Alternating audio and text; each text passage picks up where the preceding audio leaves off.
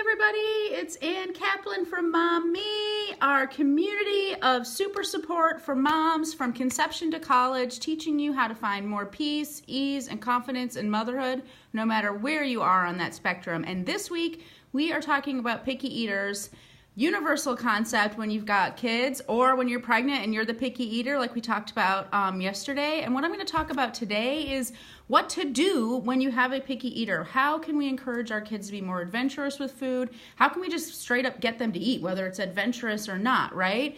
And, on Tuesday, I talked about how it's really not about food. Almost all the time with picky eating with kids, it's about individuating from you, seeking independence, trying to be contrary. So I'm going to tell you some tips today that are all about taking advantage of that and encouraging that in our kids. So we can actually get our kids to eat a little bit more, encourage them to eat more at the same time that we're nurturing and encouraging their sense of autonomy, independence, choice, agency, all of the things that are so important for our kids, and we know we want that so much, and we don't want to be fighting with them at the dinner table. For God's sakes, life's too short to fight over a stupid pea or something like that. So my tips to you guys are, first and foremost, consistency. If you have rules about food, or if you want to have rules about food, you need to set those rules, decide what those rules are, and be consistent about it, because kids are super smart. If you have a dog, I'm guaranteed that you were ever taught when you first had a dog, never feed your dog from a table, because the second you do it even one time, they're going to beg forever for that food. Well, guess what? Your kid is way smarter than a dog. If your dog can figure out that you're going to cave, your kid surely can too. So if there's something that's really important to you about maybe like sweets, or you have to finish your dinner if you're going to have dessert, or you have to take a no thank you bite or whatever, enforce it, okay? Don't cave on those stuff. Consistency, that's tip number one. Tip number two, and this is what we have in our family, we have a no thank you bite rule. You do not have to eat your dinner at all. No pressure, no judgment, no guilt, no reminding, none of that. But everybody has to take a no thank you bite. Everybody has to take one bite, and as soon as you've taken that bite, you have the right to say no thank you.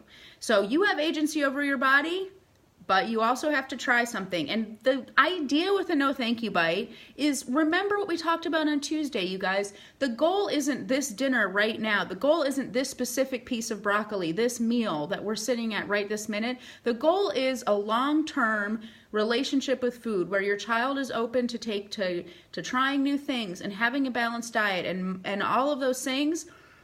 So having a no thank you bite is encouraging your kid to learn, like, hey, I can try new things. I can try something. It's not going to kill me to touch my tongue to a green bean once in a while, right? So no thank you bite. That's a tip for me that I use all the time, and it really helps with the long-term goal.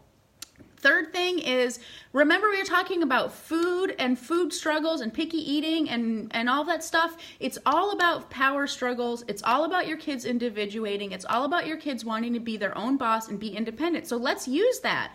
My next two tips are all about that. The first one is empower your kids, and the third one is make it fun, okay? So empower your kids. What does that mean? Two things. Offer your kids choices. How many times in Love and Logic do we say, set boundaries by offering choices? Like, give your kid a choice. Do you want cucumbers or carrots? Do you want, toast or oatmeal? Give a choice, and make sure that it's two choices that you're good with both of those choices. Don't offer them. Do you want ice cream or, a piece of broccoli?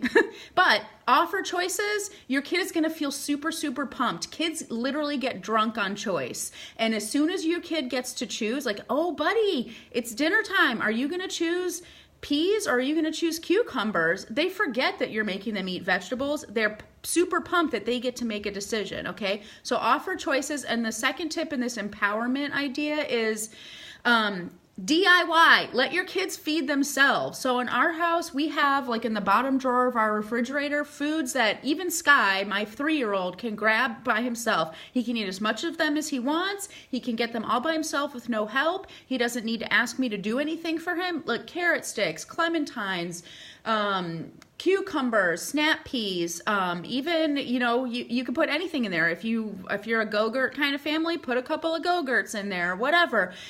Things that your kids can grab for themselves. And the same thing, like on a low shelf or cabinet in your kitchen, foods that you don't care if your kid eats a million of them, like maybe rice cakes, raisins, other dried fruits, healthy carbohydrates and things like that.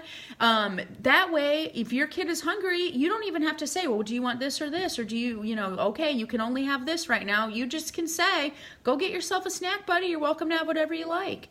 Whatever you can reach, you can have. So giving your kids that power takes the reason why they were fighting with you about food completely out of the equation. They get to choose. They get to do it themselves. It's so, so, so exciting for them. It's giving this twofold benefit of encouraging our kids, giving them this autonomy that they crave, and diffusing the fighting and the power struggles around food. Okay? And then my last tip for you guys is make it fun. I really can't even express to you how much more my kids ate when they were toddlers if I let them eat it with a toothpick. Totally weird. And if you have a little baby, you're probably thinking like, toothpicks, those are dangerous. You can get rounded toothpicks, and if you only give your kid one toothpick, they're not going to mess around with it because they really want that toothpick. Like seriously, stuff that doesn't even need toothpicks, like grapes. Kids love toothpicks. It's a really weird fact, but I promise you, as long as you feel safe and comfortable giving your kid a toothpick, try it. I'm telling you, it's the weirdest thing and it totally works. Toothpicks. So my tips that I wrote down and make it fun are stab it, drink it, and dip it. Kids love that stuff. So second tip, drink it. Smoothies. Okay, who cares if your kid doesn't want to eat broccoli? Put a bunch of spinach in a green smoothie, they will go for it. And for me and my family, this is where Isagenix comes in big time, because Isagenix has complete meal replacement shakes that are totally healthy and safe for kids, and that they can make themselves if they're older, like everybody above Sky's age can make their own shake. Tons and tons of amazing protein. Plus, there's all this other stuff they can add in there. Ice of greens, ice of fruits, things that are giving them their veggies in a way that, sometimes they might not go for. So drink it. That's tip 2, whether it's using an Isagenix shake or a smoothie or whatever. Be careful with smoothies that aren't like an Isagenix type of smoothie, because sometimes we think, oh, it's really healthy, but it's mostly fruit, which is great. Fruit is fine, but that's maybe a little bit sugar heavy. And if you're trying to get your kids to eat more protein, more veggies, the things that sometimes we struggle with getting our kids to eat, you want to be mindful of what you're putting in a smoothie. Greek yogurt is a great way to sneak some protein into a smoothie. FYI. And the last tip with making it fun is dip it. Kids love to dip stuff. If you dip something that's on a toothpick, that's like double awesome fun for kids. So hummus, pesto, ranch dressing. Sure, if you can make your own ranch dressing, it's way healthier with like non-fat Greek yogurt, by the way. Any sort of dip that you want to make, your kids will love your food. They just love dipping stuff. It's cuckoo. Okay? Like Sky loves chips and salsa, even though, a lot of kids don't really care for salsa. Sky loves chips and salsa because he just loves to dip stuff. So, review, you guys. Consistency. Don't cave on your rules, whatever they are. The no thank you bite is huge in our family. Like Sky, for example, he might fight and fight and fight. He doesn't want something. But if I say, well, just remember, you have to have a no thank you bite, and then you can tell me no thank you, it's almost like he's like, oh, good, I'll just have this one bite because then I can say no thank you and we won't have to fight about this anymore. So no thank you bite is super huge. It's helpful for mom and kids. And then the last 2 things, empower your kids. Offer them choices. Let them make their own food. And last tip, make it fun. Toothpicks, stab it, drink it, dip it. I hope that's helpful for you guys. A lot of this stuff applies to toddlers because that's who we see with this huge picky food problem, but it's totally applicable to older kids too. Elijah is going through his puberty phase where it's like he just eats all day long and can't possibly ever get full. And we've just established a rule with him where it's like, dude, if you go back into the kitchen a couple of times and you're still hungry, have a shake, okay? Because 100 pieces of toast is not going to fill you up.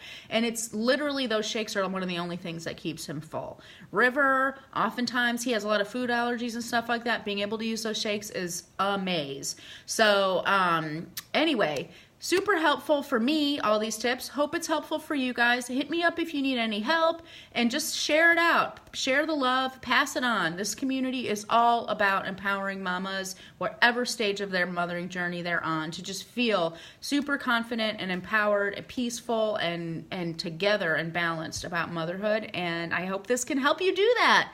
Love you guys all. I hope you like my new haircut. It's kind of weird looking at myself on camera right now.